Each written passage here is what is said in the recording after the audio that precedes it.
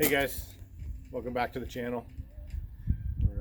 Thanks for tuning in, and just want to say I appreciate everybody who does watch my channel, watch my videos.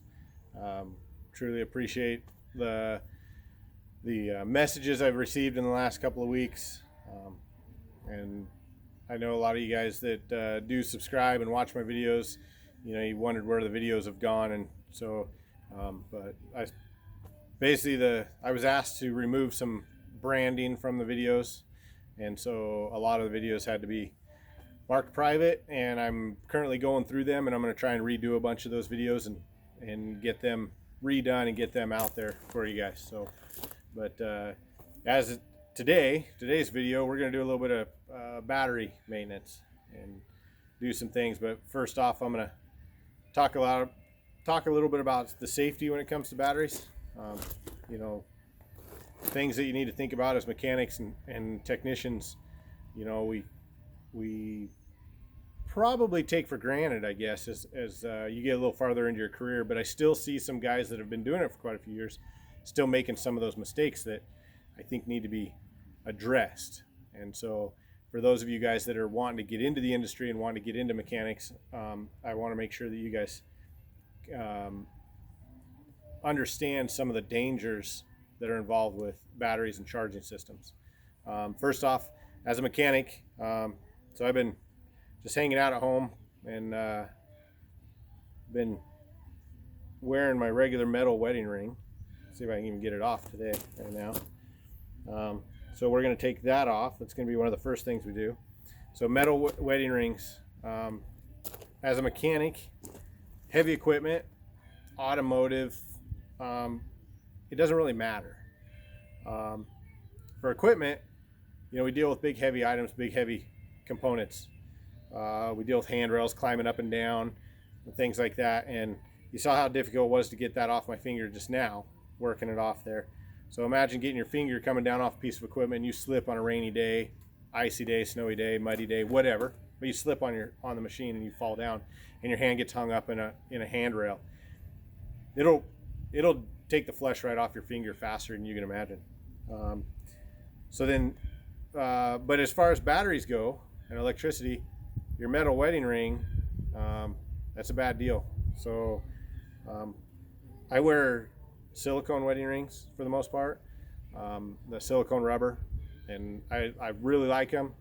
You got to replace them. They do wear out. They are a wear item as far as a ring goes and things like that. But as far as solvents, brake clean, oils, all that stuff, the rubber and silicone doesn't hold up. The other thing is safety glasses. Currently, I'm not wearing safety glasses. They're in the garage there, and I'll grab them before we get into actually changing the battery and cleaning that up.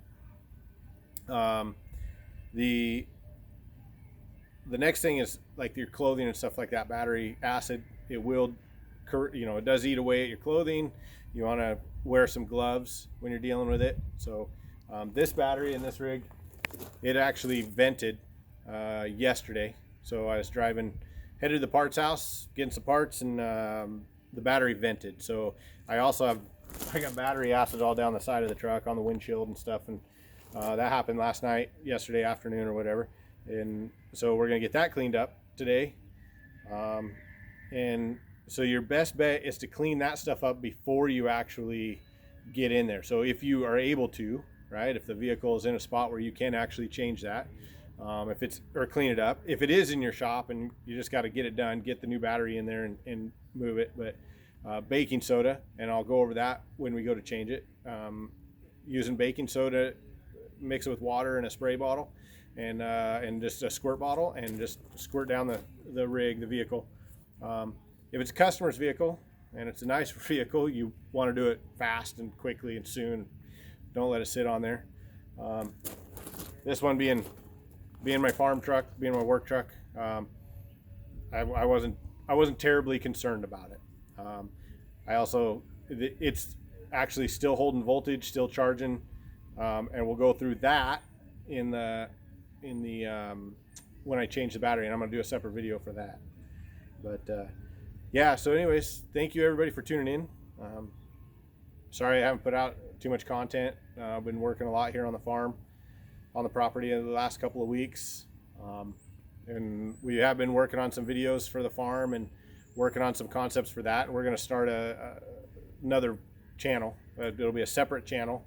You'll get a little bit of bleed over, I guess, between the two channels. But yeah, we are going to start a second channel for our farm here. And we'll do a video, an introduction video of that, and I'll share that once my wife and I get that all going. But we're currently sorting through some of the things that go with the Kids Protection Act, the Children's Protection Act, that YouTube, some of you guys have been seeing. I'm having to mark every one of my channels for that. Anyways, yeah, just, I know it's weird times. You know, some of you guys are in quarantine, some of you guys are in lockdown. Depends on where you're at in the nation, in the world. And so, you know, I know some of you guys, I've had comments from guys from Russia and some guys from Europe and things like that. So just be safe out there, and know that we're praying for you guys. We're praying for everybody. And we're all in it together. But just be safe, be clean, washing your hands on a regular basis. Try not to touch your face and your nose and stuff when you're out in public. Get home, wash up, do all that, and just that constant cleanliness, that general hygiene, you know, that you should have anyways. We'll get back to work as soon as we can, you know, for those that are laid off 100% and not getting any work and stuff. Yeah, I've been off work for a couple of weeks now, and been enjoying it. Been enjoying the family, time with my kids, time with my wife, all the goats, chickens, all the animals here on the property. We're getting ready to open up another 4 acres of pasture. You know, we're going to fence it in and open it up. When I say open it up, actually start moving the sheep and the goats over there and let them graze that out. So again, you'll see some of that stuff in the other channel. But I'm going to be doing quite a bit of work on the Chevy here on my crew cab. And if you guys have any questions, so just a quick introduction of this truck, and I'll do another video for that too if you guys want.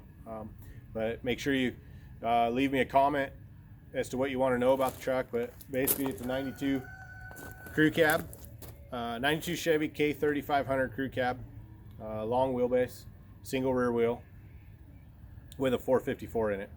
Bought as a project truck, bought as a farm rig. Just it was a run and driving rig, sitting on 35s. I bought from a lady that drove it up until about 2007, 2006, something like that, when she could no longer afford to drive it back and forth to work. And so she parked it in the backyard, and for 7 or 8 years, something like that. And anyways, I bought it from her and put a battery in it, drove it for a couple of years until I recently had a bushing failure in the front suspension. So with the IFS front suspension, so I straight axled this one.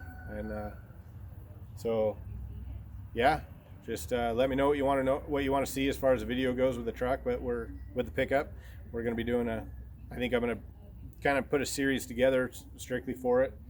We call the pickup Sasquatch, and you know, it was kind of a joke with a friend of mine, and it just kind of stuck one day. So yeah, anyways, hope everybody's safe.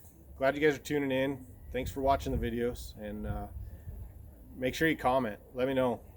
Send me some private messages, whatever, however you want to let me know what you want to see.